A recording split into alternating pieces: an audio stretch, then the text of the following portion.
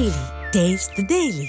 நாமக்கல் மாவட்டம் திருச்செங்கோட்டில் வீட்டின் பூட்டை உடைத்து நடைபெற்ற கொள்ளை சம்பவத்தால் பொதுமக்கள் பீதியடைந்தனர். சூரியம்பாளையம் நகராட்சி நடுநிலைப்பள்ளி அருகே வசித்து வரும் சுமதி என்பவரின் வீட்டில் யாரும் இல்லாத நிலையில் அவரது வீட்டின் பூட்டை உடைத்து புகுந்த கொள்ளையர்கள் 7 சவரன் நகை, வெள்ளி காசுகள், வெள்ளி பொருட்கள், 1 லட்சம் ரூபாய் பணம் என 10 லட்சம் ரூபாய் மதிப்பிலான பொருட்களை கொள்ளையடித்துச் சென்றனர். இதையறிந்த பொதுமக்கள் ஸ்டாலின் ஆட்சியில் கொள்ளையும் திருட்டும் எல்லையற்று போய்விட்டதாக குற்றம் சாட்டினர்.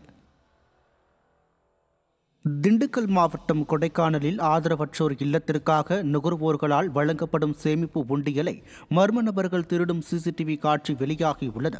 கொடைக்கானல் நகர் பகுதியில் வணிக வளாகத்தில் ஒன்றில் ஆதரவற்றோர் இல்லத்திற்கு உதவுவதற்காக வைக்கப்பட்டிருந்த உண்டியலை ஒரு கும்பல் கடையில் பொருட்கள் வாங்குவது போல நடித்து கடை ஊழியரின் கவனத்தை சிதறச் செய்து திருடிச் சென்றது.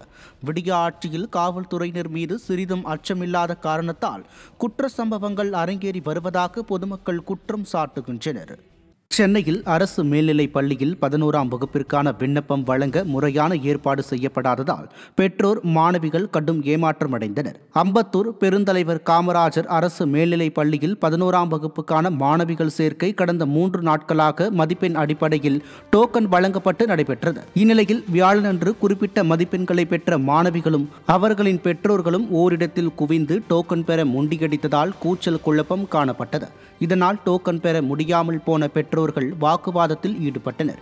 மேலும் டோக்கன் வழங்க போதிய ஊழியர்கள் இல்லை என்றும், குடிநீர் உள்ளிட்ட அடிப்படை வசதிகள் கூட செய்யப்படவில்லை என்றும் பாதிக்கப்பட்டவர்கள் விடிய அரசின் பள்ளி கல்வித்துறை மீது குற்றம் சாட்டினர்.